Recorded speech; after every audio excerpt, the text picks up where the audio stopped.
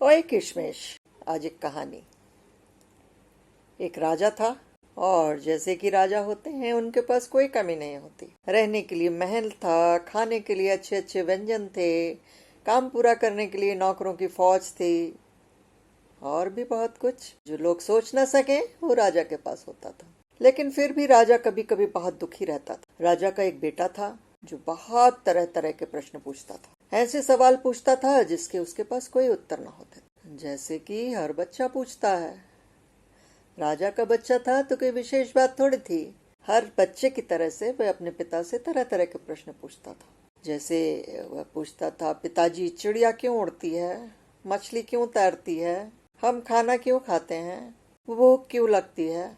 तो पिताजी कभी कहते कभी कुछ न कहते और समझाने की कोशिश करते कि ऐसे होता है, ये ऐसे नहीं होता है। लेकिन मन ही मन राजा सोचता था कि ऐसी क्या बात है कि मैं अपने पुत्र के प्रश्नों के उत्तर नहीं दे पाता। वह मन ही मन दुखी रहने लगा और राजा यदि उसके बेटे को डांट देता था तो वह बच्चा भी दुखी रहता था। अंत में राजा ने अपने मंत्रियों की फौज को बुलाया।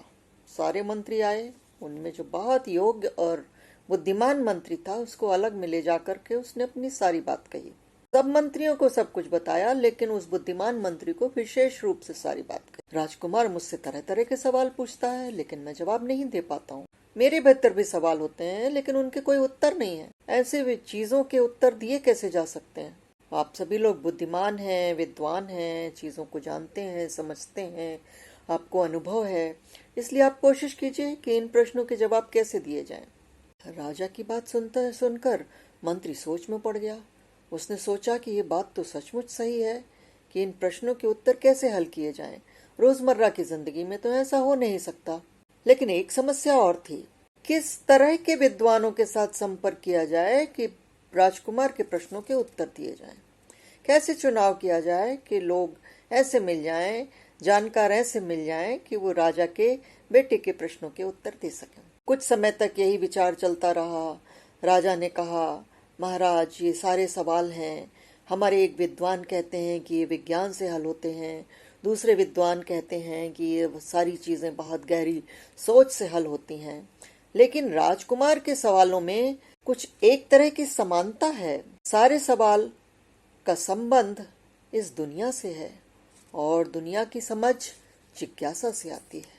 जिज्ञासा जब होती है तभी सारी चीजें हल होती हैं। अब राजा के मन में ये बात घर कर गई कि जिज्ञासा होना बहुत जरूरी है किसी भी प्रश्न को हल करने के लिए।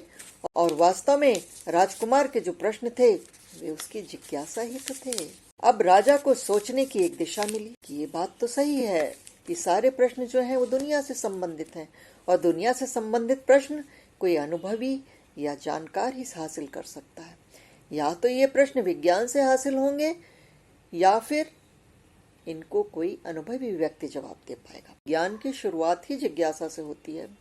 इसलिए जिज्ञासा जो किसी चीज को देखकर, छूकर, सूंघकर, चखकर या सुनकर पैदा होती है, हमारी जितनी इंद्रियां हैं उनके माध्यम से जो जिज्ञासा पैदा होती है वही हमें विज्ञान की ओर ले जाती है।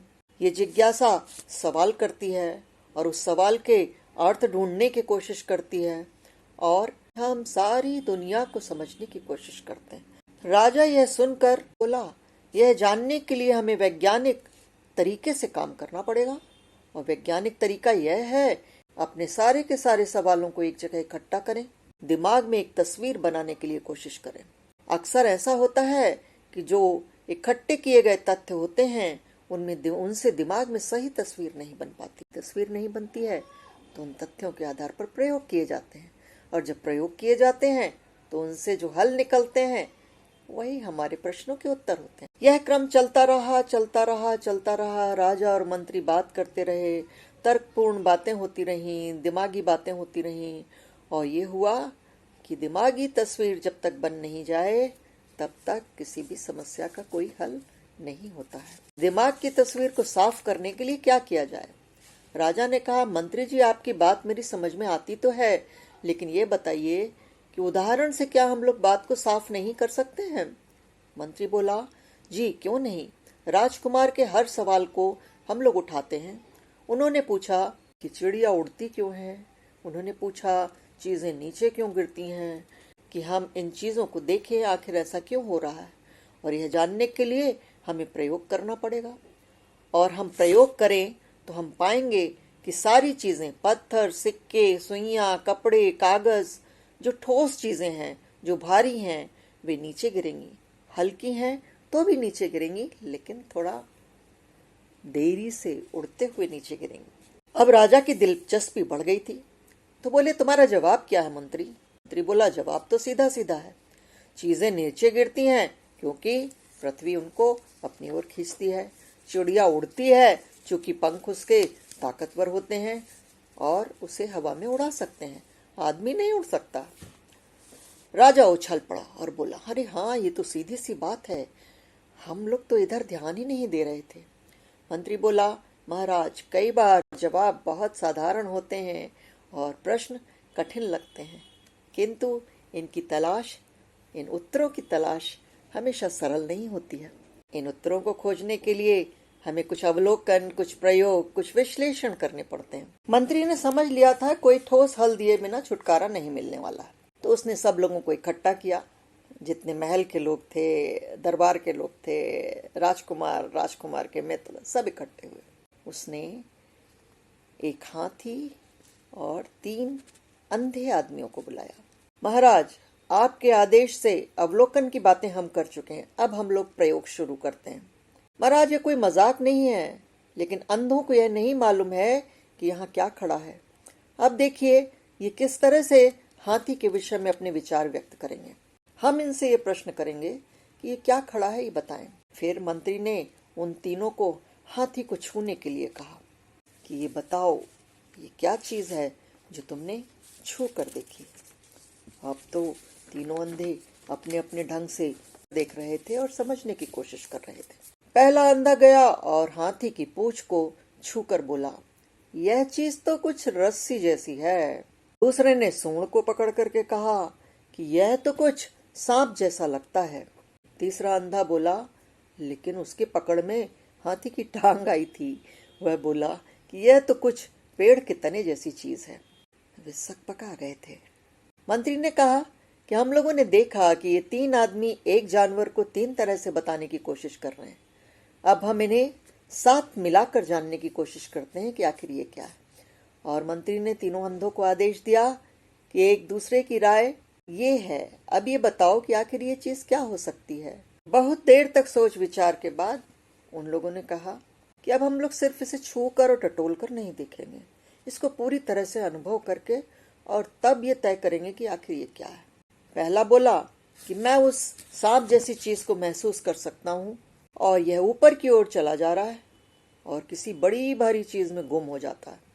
झट से अपना हाथ खींचकर बोला कि यह तो एक मुंह जैसी चीज है, बच गया, नहीं तो यह भी काट लेता। अब वो समझा कि ये जो सांप जैसी चीज है, जो किसी की अच्छी खासी नाक या मुंह हो सकता है। दूसरा आदमी भी टटोलता हुआ पहुंचा और वो बोला, जिसे तुम रस्सी जैसी चीज कह रहे हो, मैं उसकी खोजबीन कर रहा हूँ। यह कोई खास बड़ी चीज नहीं है, ऐसा लगता है शरीर के किसी भारी भरकम हिस्से से जुड़ी है। यह हिस्सा मेरे दोनों हाथों तक में नहीं आ रहा है, थोड़ी बड़ी चीज है। ये रस्सी जैसी चीज किसी बड़ी चीज में गुम हो जाती है। तीसरा बोला, तुम लोगों की बातों से मैं भी खोजबीन पर यह सोच पा रहा हूँ कि ये पेड़ का तना नहीं है, क्योंकि ना तो इसके ऊपर डालियां हैं और ना पत्तियां हैं। बात तो तर्क संगत है, इसलिए यह चीज अपने आप उठ रही है और हिल रही है। यह बड़ी मुलायम प्रतीत हो रही है।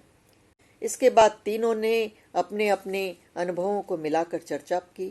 तीनों अंधों ने कहा कि हमारा एक विचार है कि जिस चीज को हम लोगों ने अभी खोजबीन की, वह कोई बहुत बड़ा जानवर है। उसकी नाक लंबी है, जो कि सांप की तरह नीचे लटक रही है। इसका शरीर बहुत भारी है और इतना भारी है कि आदमी की बाहों में नहीं आ सकता है। हम लोगों से ये जानवर ऊंचा है और जो रस्सी की तरह की चीज है, वह हो सकता है किसी जानवर की पूंछ हो, लेकिन हम अंदाज से कह रहे हैं, हमारे पास इसका कोई ठोस सबूत नहीं है। यह जानवर या तो हाथी है या उसी से मिलता जुलता कोई अन्य जानवर है। क्योंकि हम जन्म से अंधे हैं, इसलिए इस मामले में हम सिर्फ सुने हुए वर्णन के आधार पर कुछ बता सकते हैं। मंत्री बोला, महाराज प्रयोग खत्म हुआ, अब इसके बाद इस विज्ञान की प्रक्रिया को समझने का समय है। मंत्री ने कहा, महाराज इस प्रयोग का सार इस प्रकार है कि 3 अंधों ने एक ही तरीके को इस्तेमाल किया, लेकिन वैज्ञानिक इसी तरीके को इस्तेमाल करते हैं। उपलब्ध प्रमाणों को इकट्ठा करके उनके आधार पर अज्ञात की तस्वीर अपने दिमाग में बनाना जरूरी हो जाता है। अंधों के प्रमाण सीमित थे, इसलिए उसके आधार पर उनकी दिमागी तस्वीर सही नहीं बन पाई, और वैसे भी वे जानते नहीं हाथी वास्तव में होता कैसा है। इसलिए उन्होंने अपने अनुभव के आधार पर एक गंतव्य पर पहुंचने की कोशिश की। प्रयोग करके हम अपने अंदाज को सही साबित करें, यही विज्ञान का तरीका है। और राजकुमार के सारे प्रश्नों का उत्तर विज्ञान के माध्यम से दिया जा सकता है। उपलब्ध तथ्यों के आधार पर प्रयोग करती है और उन प्रयोगों से निष्कर्ष निकालती है, और उन निष्कर्षों का परिणाम यह है कि आज इतना बड़ा डिजिटल वर्ल्ड खड़ा है आपके सामने। बाय, मिलते हैं।